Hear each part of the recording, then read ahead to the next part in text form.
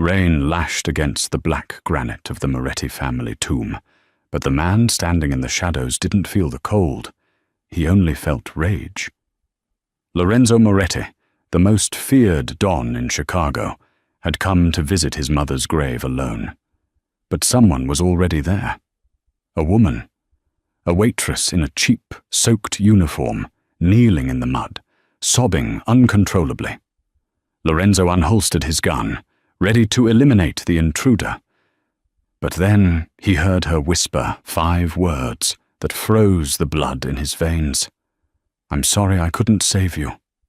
Who was she? And why did she hold the key to the secret that killed his mother? The truth would burn the city to the ground. The cemetery was empty. Save for the dead and the dangerous, Lorenzo Moretti adjusted the collar of his black trench coat. The rain in Chicago didn't wash things clean, it just made the grime slicker. It had been 3 days since Isabella Moretti, the matriarch of the family and the only person Lorenzo had ever truly loved, was lowered into the ground. The official report said heart failure. Lorenzo knew better.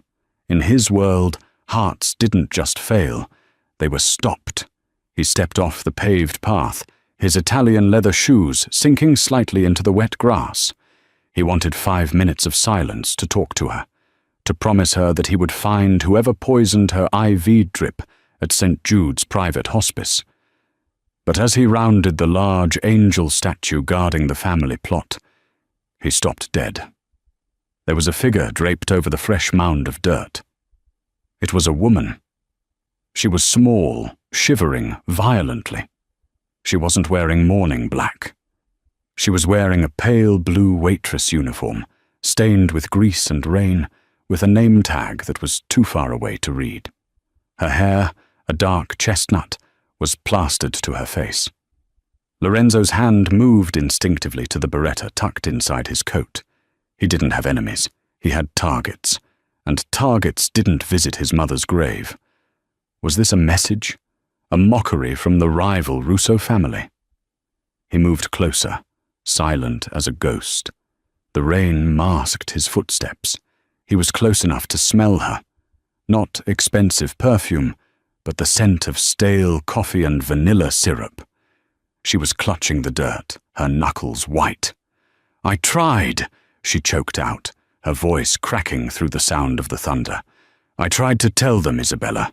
I saw the chart. I saw what Dr. Thorne changed. But they fired me. They threw me out before I could get back to you." Lorenzo froze. Dr. Thorne? The family physician? The man who had signed the death certificate? The woman lowered her head until her forehead touched the mud. "I'm sorry I couldn't save you. I'm so sorry." Lorenzo didn't think. He acted. He closed the distance in 2 strides. He didn't pull the gun, but he grabbed the woman by the back of her collar and hauled her to her feet. She screamed, a sharp, terrified sound that was swallowed by the storm. She spun around, slipping in the mud, and found herself staring into the slate-gray, dead eyes of Lorenzo Moretti. "Who are you?" Lorenzo growled, his voice lower than the thunder. The woman's eyes went wide. She recognized him. Everyone in the city recognized the Prince of Pain. She began to tremble, her hands raising defensively. "Please," she stammered. "I didn't mean any disrespect. I just wanted to say goodbye." "You mentioned Dr. Thorne," Lorenzo said, tightening his grip on her arm. "You said you couldn't save her. Explain. Now." I can't," she whispered, looking around as if the tombstones had ears. "They'll kill me. If they know I'm here, they'll kill me." "Look at me," Lorenzo commanded. He used his free hand to grip her chin, forcing her to look at him. "You are worried about them? You should be worried about me." "Who are you?" She swallowed hard, tears mixing with the rain on her face. "Elena. My name is Elena Vance." "Elena Vance?" He tested the name. It sounded innocent. "And what are you? Elena Vance? A spy? A rat?" "A waitress," she cried out. "Just a waitress at the Rusty Spoon on 5th. But before that, I was a student nurse at St. Jude's." The pieces clicked. A student nurse. Someone invisible. Someone who changed bedpans and checked vitals while the powerful men discussed business in the hallway. "You saw the chart," Lorenzo repeated her words. "I saw the dosage," Elena said, her voice gaining a sudden, desperate strength. "It wasn't heart medication in that bag, Mr. Moretti. It was potassium chloride, enough to stop a heart instantly. When I tried to flag it, the head nurse fired me on the spot for misconduct." 2 hours later, she was dead. Lorenzo felt the rage ignite in his chest, hot and blinding. He released her chin but grabbed her wrist. "You're coming with me." Elena pulled back, terrified. "No, no, please, I have a shift. My landlord. He'll evict me if I don't." "You think you have a choice?" Lorenzo hissed. He dragged her toward the waiting black SUV parked at the cemetery gates. "You just admitted to being the only witness to the murder of Isabella Moretti. You are the most valuable thing in this city right now, Elena. And if you stay here, you're a corpse." He opened the door and shoved her into the leather interior. Elena scrambled to the other side, pressing herself against the window, shivering. Lorenzo slid into the driver's seat and locked the doors. As he started the engine, he looked at her in the rearview mirror. "From this moment on, Elena, you belong to the Moretti family, and God help you if you're lying." The drive to the Moretti estate was silent. Elena Vance hugged her knees to her chest, trying to stop her teeth from chattering. She knew she shouldn't have gone to the grave. It was stupid, reckless. But Isabella had been the only patient who treated Eleanor like a human being, not a servant. Isabella had told her stories about her son, the boy who lost his way, the boy who needed saving.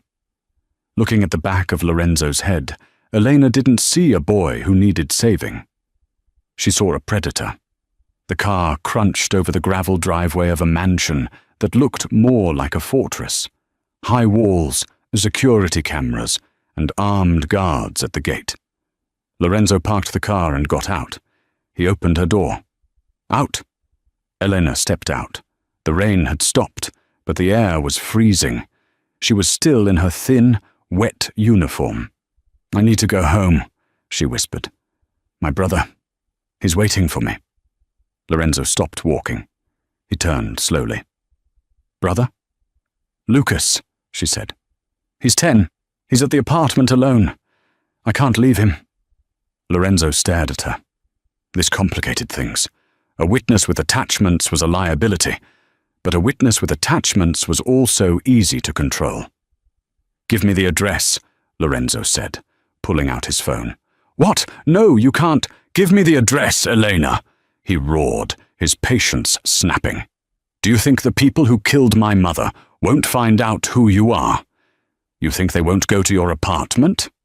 If you want your brother to live to see his 11th birthday, you will give me the address?" Elena slumped, defeated. She gave him the address of the run-down tenement building in the south side. Lorenzo dialed a number. "Marco, take a team. Go to this address." He recited the street. "Pick up a kid. Lucas, bring him here. Harm him, and I'll skin you alive. Keep him safe." He hung up and looked at Elena. "He'll be here in an hour. Now, move." He led her into the mansion.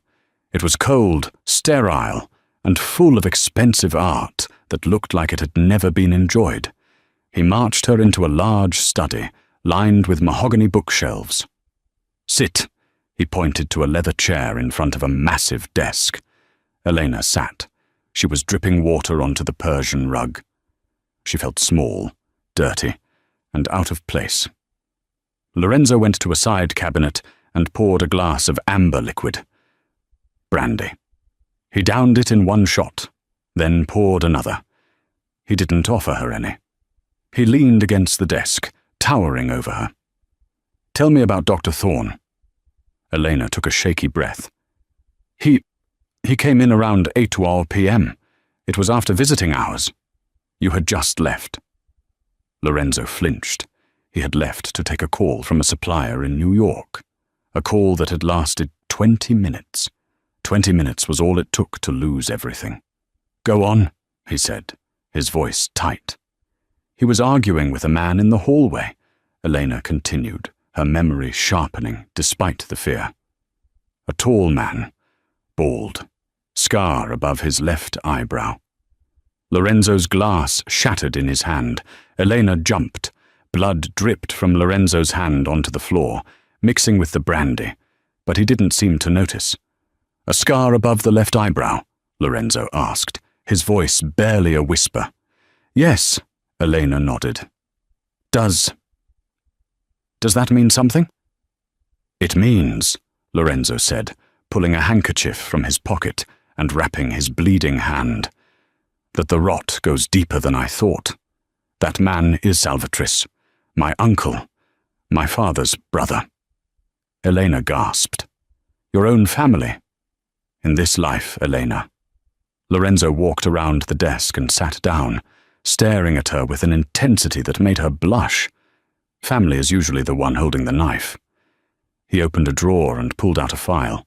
He tossed a photo across the desk. Is this the man? Elena picked up the photo. It was a surveillance shot of a man entering a club. Bald head, scar, cruel eyes. Yes, she said. That's him. He gave Dr. Thorne an envelope, thick, like it was full of cash. Lorenzo leaned back, closing his eyes. Salvatris wants the seat. He couldn't take it while my mother was alive. She held the deeds to the properties. With her gone, he gets everything, Elena finished. No. Lorenzo opened his eyes. They were burning with a cold, blue fire. He gets nothing. Because I have you. Suddenly, the heavy oak doors of the study burst open. A man in a suit rushed in, looking panicked. Boss, we have a problem. I told you not to interrupt, Lorenzo snapped. It's the retrieval team, the guard said. Breathless, Marco just called in. The apartment in the south side. It was already hit. Eleanor stood up, her chair scraping loudly against the floor. What? What do you mean, hit? The guard looked at Eleanor, then at Lorenzo. The place was tossed, boss. Firebombs. The whole building is going up. Lucas! Elena screamed. She lunged toward the door, but Lorenzo was faster. He vaulted over the desk and caught her around the waist, holding her back as she thrashed. Let me go! My brother! Let me go! Marco! Lorenzo barked at the guard, struggling to hold the hysterical woman. Where is the boy? We don't know, the guard said grimly. But there was a message spray-painted on the wall. What did it say? It said, trading chips. Bring the girl. Get the boy. Midnight at the docks. Elena went limp in Lorenzo's arms. They have him, she sobbed, collapsing against Lorenzo's chest. Because of me. They have him because of me. Lorenzo looked down at the woman crying against his shirt. He felt the wetness of her tears seeping through. For the first time in years, he felt something other than anger. He felt a debt. He grabbed her shoulders and pushed her back so he could look her in the eye. Listen to me, Elena, he said, his voice turning into a lethal vow. They made a mistake. They took something that belongs to me. He's my brother, she cried. And you are under my protection, Lorenzo declared, which means he is under my protection. I don't just want my mother's killer anymore.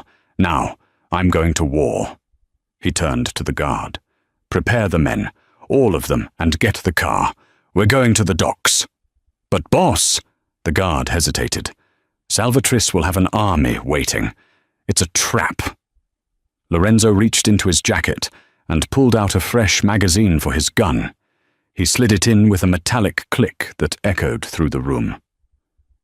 I know it's a trap, Lorenzo said, looking at Elena. but they're expecting a businessman who wants to make a deal. They aren't expecting a son who just found out who killed his mother. He took off his long trench coat and draped it over Elena's shivering shoulders. It was heavy, warm, and smelled of him. "Stay close to me," he told her. "Tonight, Chicago bleeds." The Chicago docks were a graveyard of rusted steel and shipping containers shrouded in fog and the unrelenting rain. The stillness was unnatural. It was the kind of silence that screamed of an ambush. Lorenzo pulled the black SUV behind a stack of crates, killing the headlights. He turned to Elena. She looked terrified, clutching the oversized trench coat around her. But her eyes were fixed on the warehouse ahead. Warehouse 4B. "Stay here," Lorenzo commanded, checking the suppressor on his Beretta. "Lock the doors. If I'm not back in 10 minutes, or if you see anyone else approach the car, you drive. You drive until you hit the police station." "I'm not leaving without Lucas," Elena said, her voice trembling but stubborn. "If you come out there, you'll get him killed. Do you understand?" Lorenzo's voice was harsh, but it was the only way to keep her safe. "Keep your head down." Lorenzo slipped out into the night. He didn't walk. He hunted. He moved through the shadows of the shipping containers, his breathing controlled, his heart rate steady. This was his element. The boardroom was for business.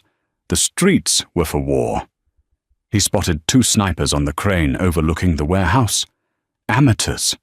They were smoking, the cherry of their cigarettes giving away their position in the dark.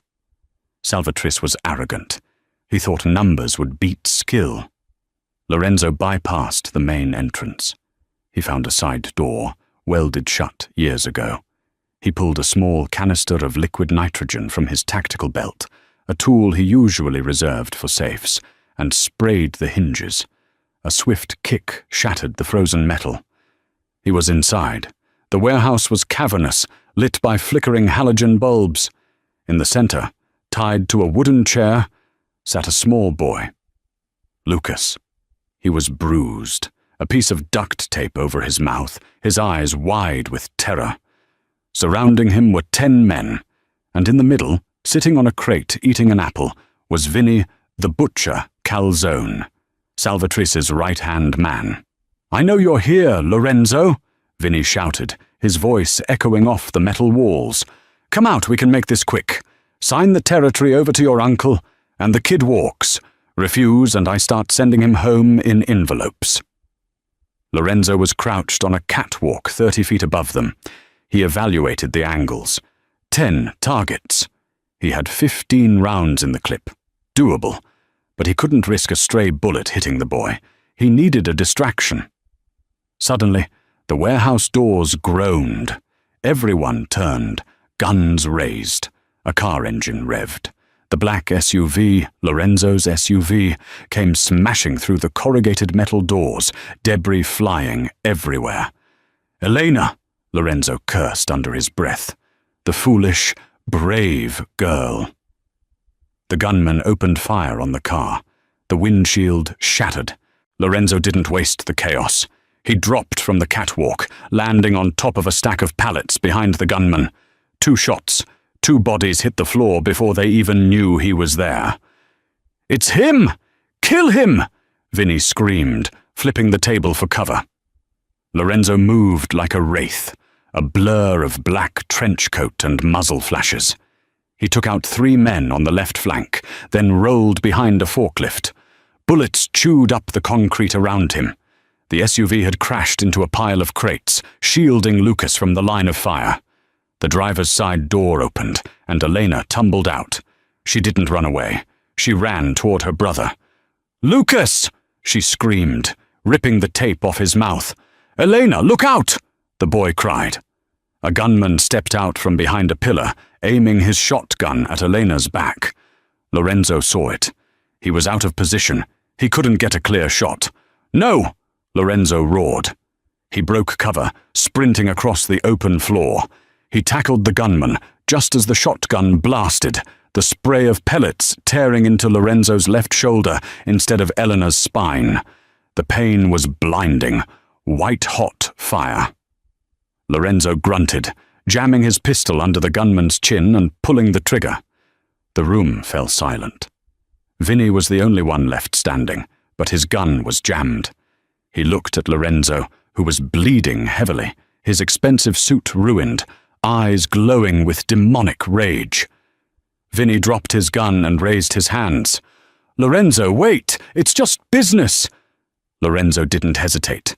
He raised his gun and put a bullet between Vinny's eyes. "Consider the contract terminated," Lorenzo spat. He turned to Elena. She was hugging Lucas, both of them sobbing. She looked up, seeing the blood soaking Lorenzo's shoulder. "You're shot," she gasped.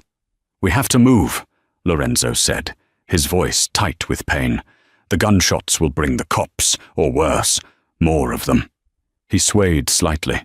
The adrenaline was fading, and the blood loss was real. Elena scrambled up, pulling Lucas with her. She grabbed Lorenzo's good arm. "Lean on me." "I can walk," he growled, though his vision was swimming. "Shut up and lean on me," she ordered. For the first time in his life, Lorenzo Moretti obeyed. They didn't go back to the mansion. The mansion was compromised. Lorenzo directed Elena to a luxury high-rise downtown. The penthouse was registered under a shell corporation. It was a safe house, equipped with medical supplies, weapons, and encrypted comms. They entered the elevator, the mirrored walls reflecting a gruesome trio. A crying boy, a blood-soaked mob boss, and a waitress who looked like she'd walked through hell. Inside the apartment, the view of Chicago was breathtaking, a sea of gold lights. But no one looked out the window. "Take the boy to the guest room," Lorenzo ordered, collapsing onto a white leather sofa. "Lock the door. Don't open it for anyone but me." Elena nodded, ushering a shell-shocked Lucas into the bedroom. "I'll be right back, Lucas. You're safe now, I promise." She ran back to the living room. Lorenzo had shrugged off his jacket and was trying to cut his shirt open with a pocket knife, but his hand was shaking too much. "Let me," Elena said, taking the knife. Her hands were steady now. The nurse in her had taken over. The panic was gone, replaced by clinical focus. She cut away the fabric. The wound was ugly. The shotgun pellets had shredded the deltoid muscle, but luckily, no bone was shattered. "I need a sewing kit," she said, "and alcohol, high proof." "Bar," Lorenzo gestured vaguely with his head. "Bathroom cabinet for the kit." Elena moved fast. She sterilized the needle with a lighter and poured vodka over the wound. Lorenzo hissed, his jaw clenching so hard a vein popped in his neck, but he didn't cry out. "I have to dig the pellets out before I stitch," she warned him. "This is going to hurt." "Just do it!" Lorenzo gritted out, staring at the ceiling. "Talk to me. Distract me." Eleanor used a pair of sterilized tweezers. "Talk about what?" "Why you?" Lorenzo asked, his breath hitching as she removed the first pellet. "You're a waitress, but you handle a crisis like a soldier. You recognized potassium chloride by sight. You knew how to drive a getaway car. I told you," she said, her focus entirely on the blood and torn flesh. "I was a nursing student." "Bullshit," Lorenzo groaned as she dug for the second pellet. "Nursing students panic. You didn't panic at the docks. You drove into a firefight." Elena paused. She looked at his face, inches from hers. The pain made him look human, vulnerable. "My father," she whispered, resuming her work. "He was like you." Lorenzo's eyes snapped to hers. "Who?" "It doesn't matter. He's dead. He died in prison 10 years ago. He was a cleaner. He specialized in making bodies disappear. Chemicals, acids, poisons." Lorenzo studied her. "A cleaner's daughter." "He taught me chemistry instead of nursery rhymes," Elena said bitterly. "He taught me how to stitch a wound because he couldn't go to hospitals.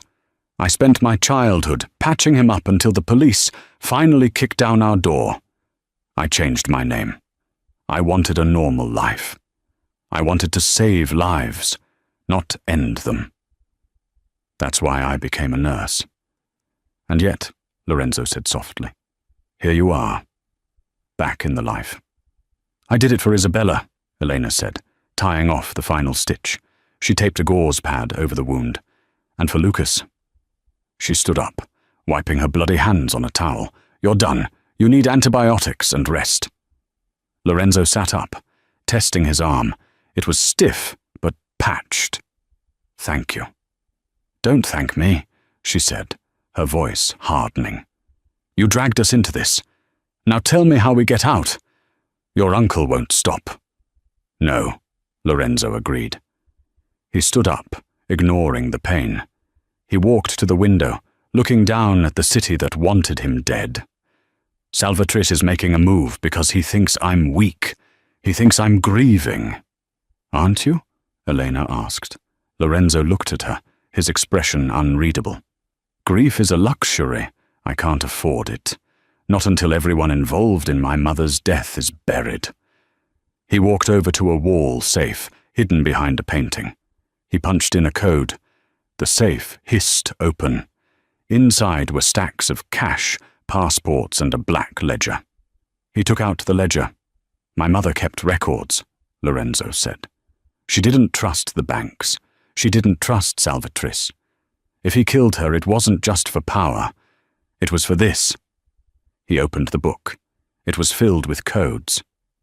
I can't read it, Lorenzo admitted. It's a cipher. She used to say, Lorenzo, the key is in the chemistry. I never understood what she meant. Elena stepped closer. She looked at the page. Rows of numbers and letters. C6H1206, 14NAS H2SO4, 22B. Elena's eyes widened. It's not a random cipher, she whispered. These are chemical formulas. Glucose, sulfuric acid. The numbers. They correspond to atomic weights and table positions. Lorenzo looked at her. Can you read it? I think so. Elena traced the lines. It's a list of accounts, offshore accounts, but also names. She pointed to a line near the bottom. NaCN. Judas. Sodium cyanide, she translated. And next to it, Judas. Who is Judas? Lorenzo asked. It's not a who, Elena said, her finger trembling. Look at the date next to it. It's dated 3 days ago. The day she died. Lorenzo's face went pale. She knew. She knew someone close to her was betraying her. Lorenzo? Elena looked up, fear returning to her eyes. If Salvatris killed her for this book, and he knows you have it, he won't just send gunmen next time. He'll send an army. Let him come. Lorenzo closed the book with a snap. Now I know what they want, and I know who can decode it. You. Me? Elena stepped back. No, I patched you up. I got my brother back. We are leaving. You can't leave, Lorenzo said, stepping into her space. You are the key, Elena. You said it yourself. The key is in the chemistry. You're the only one who can translate my mother's legacy. Without you, I lose the war. And if I lose, Salvatris will hunt you down anyway just to tie up loose ends. He reached out, touching her cheek with his uninjured hand. His thumb brushed away a smudge of dirt. Stay, he said. It wasn't a command this time. It was a plea. Help me destroy them. And I swear on my mother's grave, I will give you and your brother a life where you never have to look over your shoulder again. Elena looked into his eyes. She saw the monster the city feared, but she also saw the man who had taken a bullet for her. She felt a pull, a magnetic, terrifying attraction to the danger he represented. I need to check on Lucas, she whispered, breaking the trance. She turned and fled to the guest room. Lorenzo watched her go. He knew he was manipulating her. He knew he was dragging her deeper into hell. But he also knew that for the first time since his mother died, he didn't feel alone in the dark. The next morning, the sun rose over a city that felt different. The air was heavy with pending violence. In the penthouse, the mood was tense. Lucas was eating cereal at the kitchen island, watching cartoons with the volume low. He was resilient. Elena, give him that.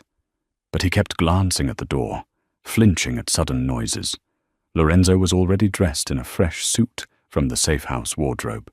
His arm was in a sling, hidden beneath his jacket. He was on the phone, barking orders in Italian. Elena sat at the table with the ledger. She had been up all night decoding. "It's worse than you thought," she said, as Lorenzo hung up. "Tell me." Lorenzo sat opposite her, pouring black coffee. "Salvatrice isn't working alone." Elena slid a piece of paper across the table. "Your mother was tracking payments. Large payments going out of the family accounts to a shell company called Ethelgard. Do you know it?" "No," Lorenzo frowned. "Never heard of it. I looked it up on the secure browser," Elena said. "It's a pharmaceutical holding company. They own St. Jude's Hospice." Lorenzo slammed his fist on the table. "The hospice where she died. So the owners were in on it." "It gets deeper," Elena continued, her voice dropping.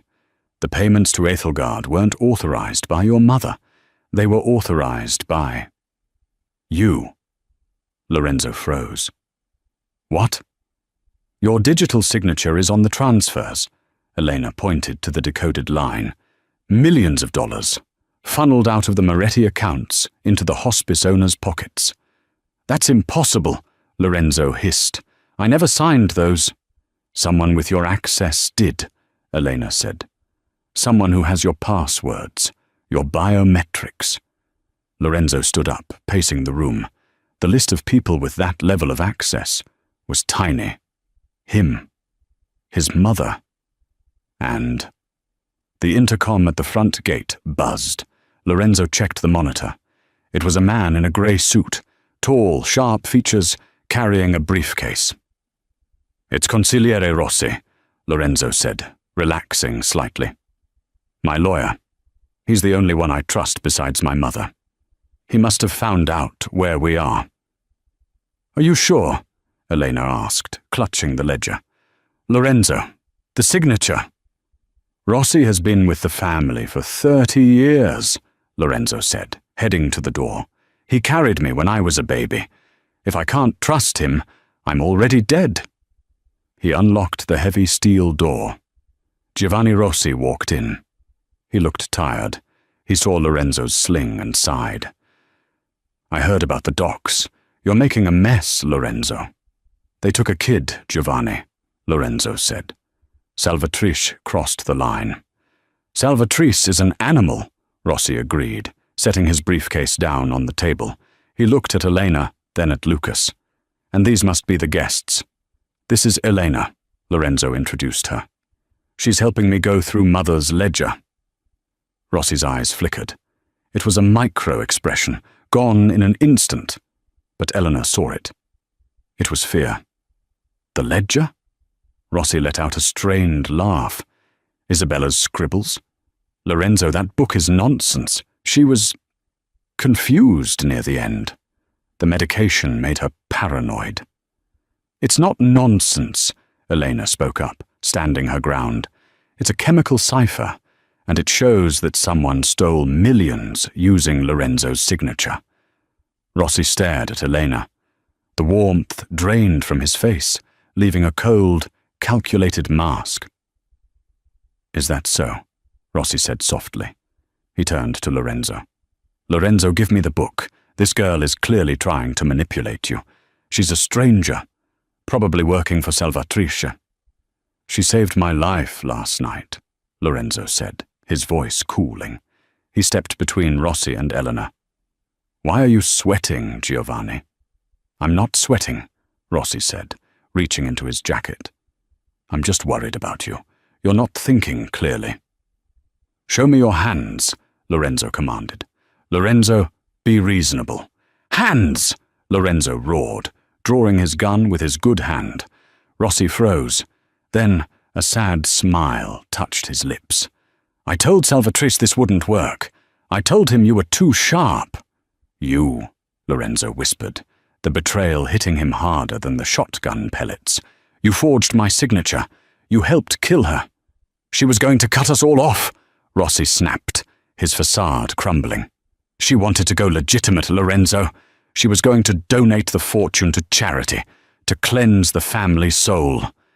We built this empire. Me, your father, Salvatrice. We weren't going to let her flush it down the toilet." "So you poisoned her," Elena said, disgust in her voice. "It was mercy," Rossi yelled. He pulled a detonator from his pocket.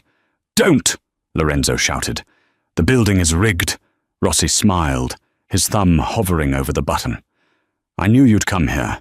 It's the only safe house not on the main grid. Salvatrice is downstairs with the cleanup crew.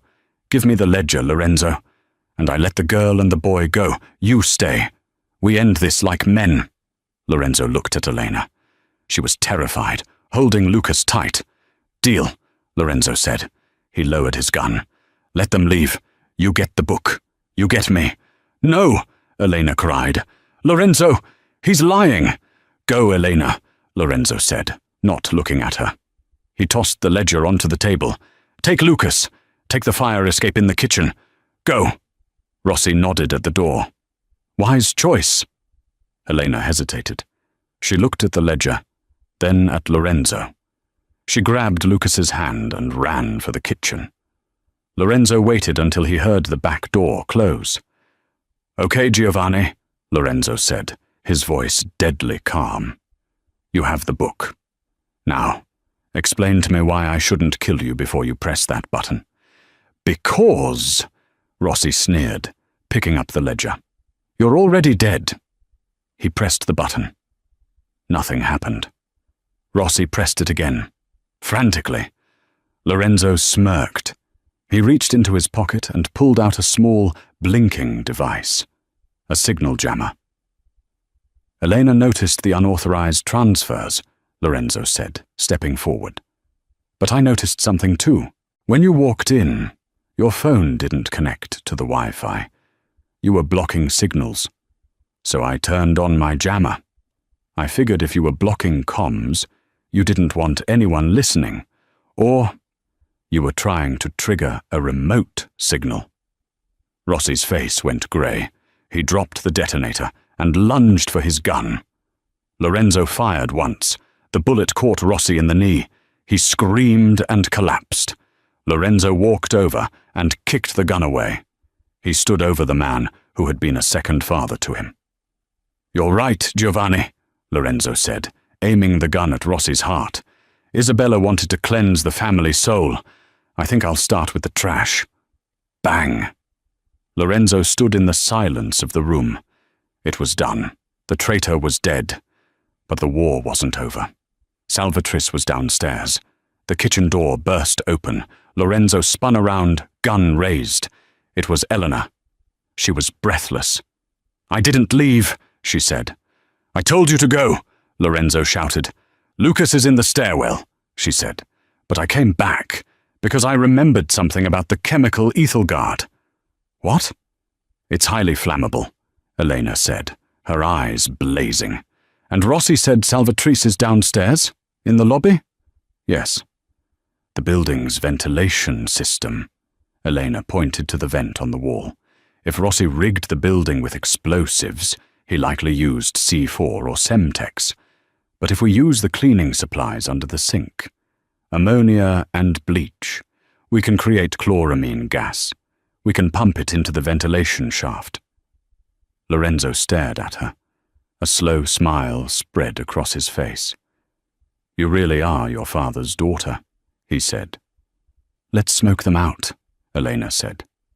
The penthouse kitchen became a makeshift laboratory. Elena moved with frantic precision, grabbing bottles of industrial-strength bleach and ammonia cleaner from under the sink. "We need masks," she said, her voice tight. "Anything to filter the air. Wet towels. Now." Lorenzo grabbed designer hand towels from the bathroom, soaking them in the sink. He handed one to Elena and kept one for himself. "How long do we have?" Lorenzo asked, watching her pour the thick yellow bleach into a metal bucket. "Once I mix the ammonia, the reaction is instant," Elena explained, her eyes stinging already from the fumes. "Chloramine gas. It burns the eyes, the throat, the lungs. In high concentrations, it's fatal within minutes. It's heavy. It will sink through the vents, straight to the lobby." Lorenzo moved to the main ventilation shaft in the hallway. He ripped the decorative grate off the wall. The sound of the large HVAC fans hummed deep within the building. "Salvatris brought 20 men," Lorenzo said, checking his gun. "He wants a siege. Let's give him a massacre." Elena carried the buckets, her face wrapped in the wet towel. "Ready." "Do it." She poured the ammonia into the bleach. Instantly, a thick, white, acrid fog billowed upwards. Elena choked, stumbling back as Lorenzo kicked the buckets into the open shaft. The massive intake fans sucked the poisonous cloud downwards with a hungry whoosh. They slammed the utility closet door shut and sealed the cracks with more wet towels. Then they waited. 30 seconds passed in agonizing silence. Then the sounds began echoing up through the pipes. Coughing, wet, hacking coughs that turned into retching. Then screams. Screams of men whose eyes were burning out of their skulls, whose lungs were dissolving. Gunfire erupted below. Blind, panicked shooting as Salvatris's men fired at an enemy they couldn't see, an enemy they were breathing in. "Now," Lorenzo grabbed Elena's hand. "Get Lucas from the stairwell. We take the service stairs down to the garage. Move!" They sprinted into the concrete stairwell. Lucas was curled in a corner on the landing below, his hands over his ears. Elena grabbed him, wrapping a wet towel around his face. "Don't breathe through your nose, Lucas. Mouth only." "Shallow breaths," she instructed. They descended into hell. The service stairwell wasn't airtight. Wisps of the white gas curled around the banisters. By the 10th floor, their eyes were watering uncontrollably. By the 5th floor, Lucas was wheezing. They burst out onto the ground floor level, near the rear service exit. The main lobby, visible through glass doors 50 feet away, was a war zone of yellow fog. Bodies were writhing on the marble floor, but the back exit wasn't clear. 2 of Salvatris's men, stationed outside the gas zone, saw them emerge. "There, blast them!" Lorenzo shoved Elena and Lucas behind a concrete pillar, just as automatic gunfire chipped away the stone inches from their heads. Lorenzo peeked out, fired twice. One gunman dropped, the other took cover behind a dumpster and kept suppressing fire on their position. "I can't get a clean shot," Lorenzo growled, wiping tears from his stinging eyes. Elena looked at the fire alarm box on the wall next to them. "Lorenzo, the sprinklers." He understood instantly. If the gas was bad, wet gas was worse. The water would react further with the chemicals, creating a heavier, corrosive mist. Lorenzo fired at the alarm box. It shattered. Instantly, the emergency klaxons began to blare, and the overhead sprinklers hissed to life, showering the entire ground floor. The gunman behind the dumpster wailed as the water hitting the residual gas on his clothes and skin began to burn. He stood up, clawing at his face, distracted by the pain. Lorenzo stood up and ended his suffering with a single shot to the chest. "Car. Now." Lorenzo pointed to a nondescript grey sedan parked in the service bay, the building manager's car. He hot-wired it in seconds.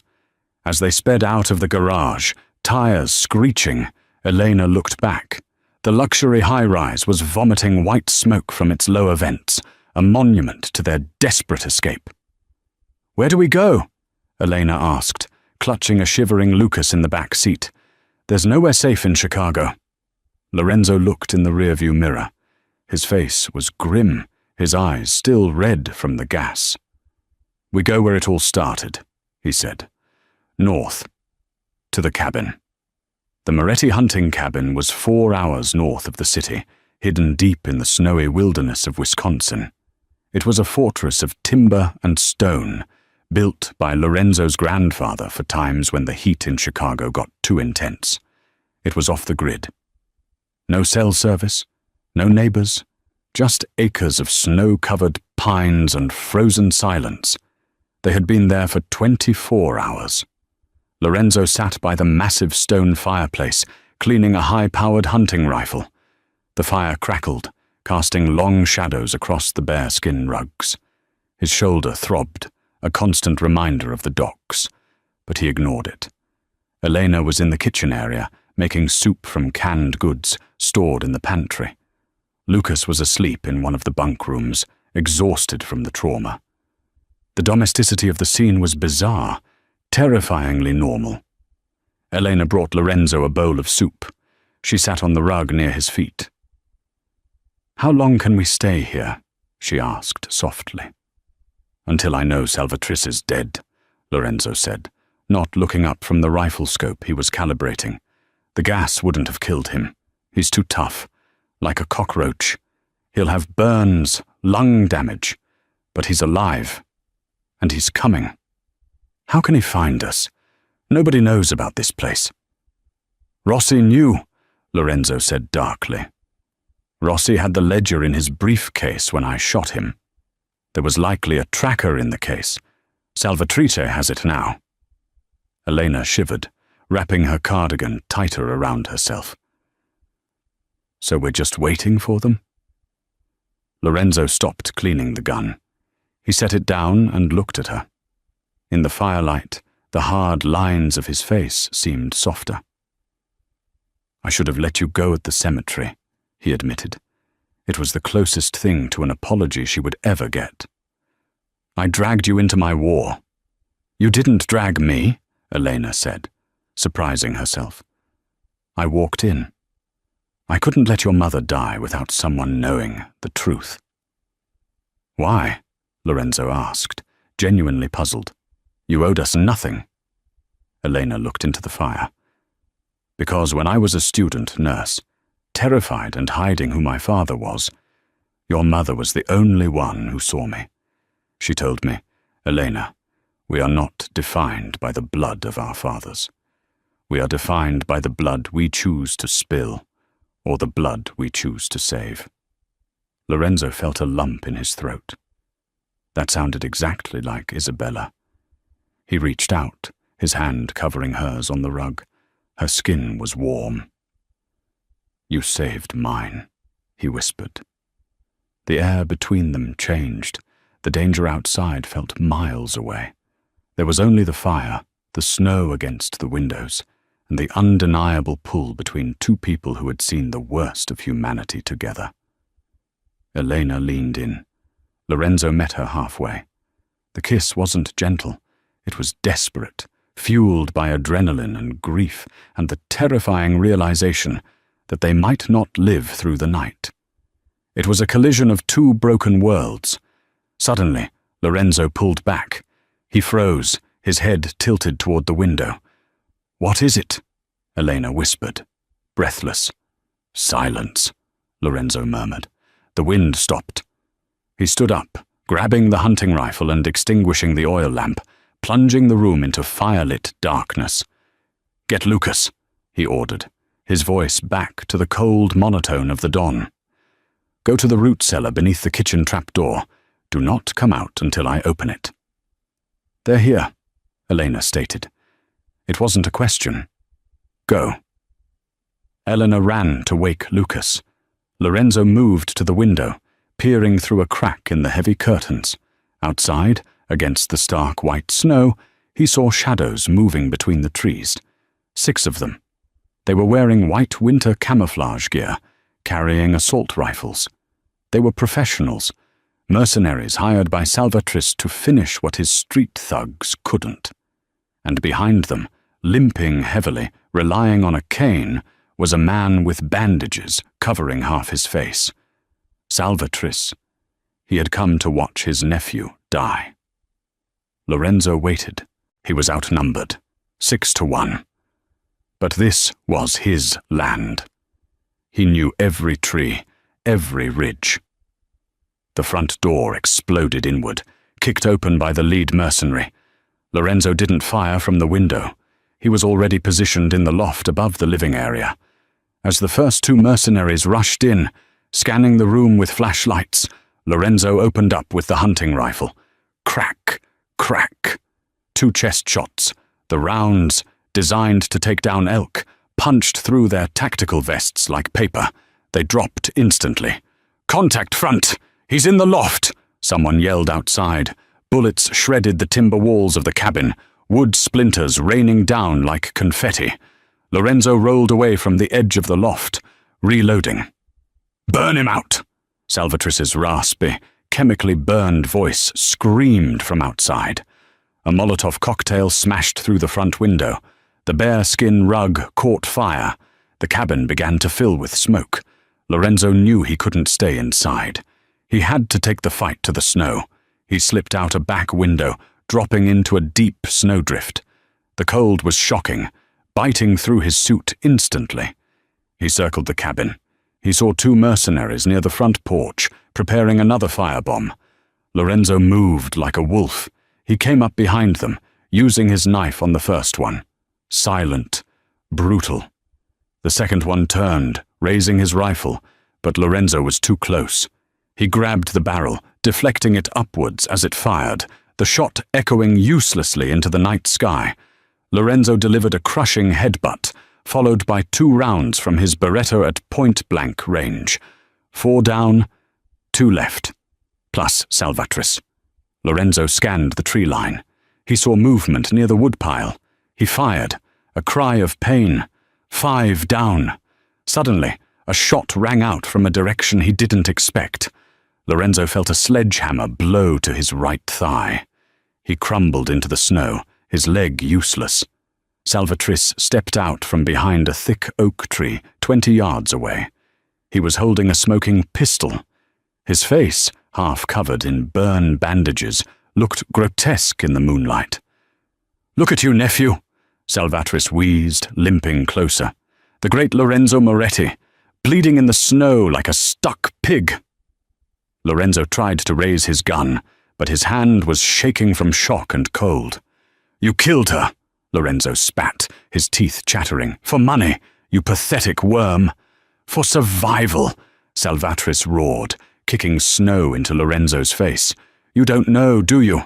The great detective didn't figure it out." Salvatrice reached into his coat and pulled out a crumpled, blood-stained envelope, the one Rossi had taken from the ledger. "Rossi read it before you shot him. It wasn't just accounts, you idiot. It was her last will and testament." Salvatrice threw the paper onto Lorenzo's chest. "Read it. Read what your beloved, sainted mother did to us." Lorenzo, his vision blurring, picked up the paper. It was Isabella's handwriting. "To my son Lorenzo, if you are reading this, then my plan worked. My heart was failing. My love. The doctors gave me a month, at best. But I couldn't die leaving you surrounded by vipers. I knew Salvatrice and Rossi were stealing from us. I knew they wanted the throne. So I forced their hand. I transferred the money to the hospice, not to donate it, but to make them think I was giving away their inheritance. I knew it would provoke them to kill me. I used myself as bait, Lorenzo, to draw the rats out into the light so you could see them for what they are. I had to die so you would finally have the reason to do what needs to be done. Cleanse the family. Burn it down and build something better. Forgive me for leaving you alone. But I know you won't be alone for long. There are good people in the world, if you choose to see them. Love, Mother." Lorenzo stared at the paper. Tears froze on his cheeks. She hadn't just been murdered. She had orchestrated her own death as a final lesson for him, a final gift of strategic vengeance.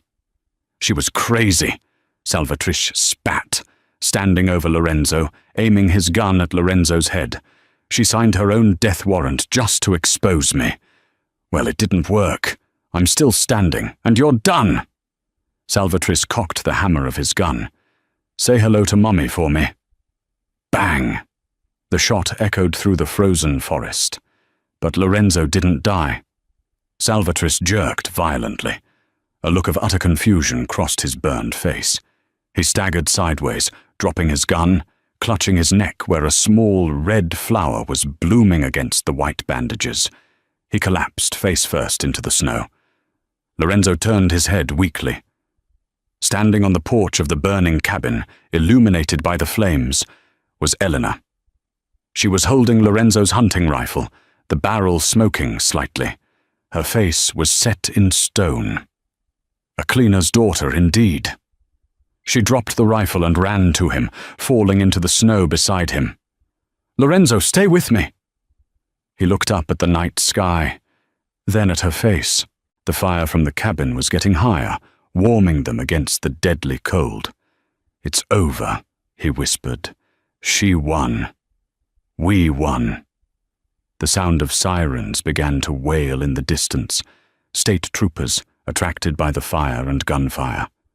Elena looked at the approaching lights, then down at the Don bleeding in her arms.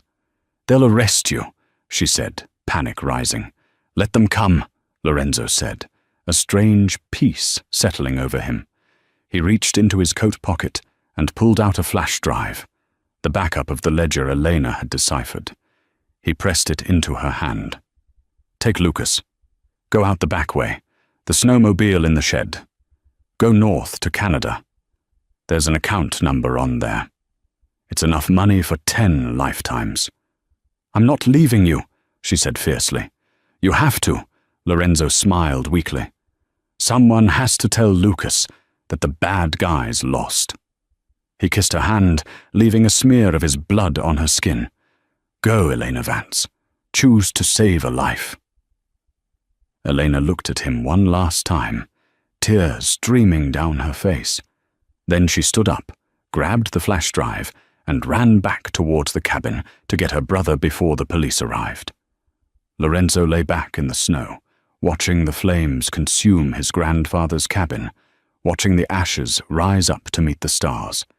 He closed his eyes and listened to the approaching sirens, waiting for whatever fate had in store for the last of the Morettis.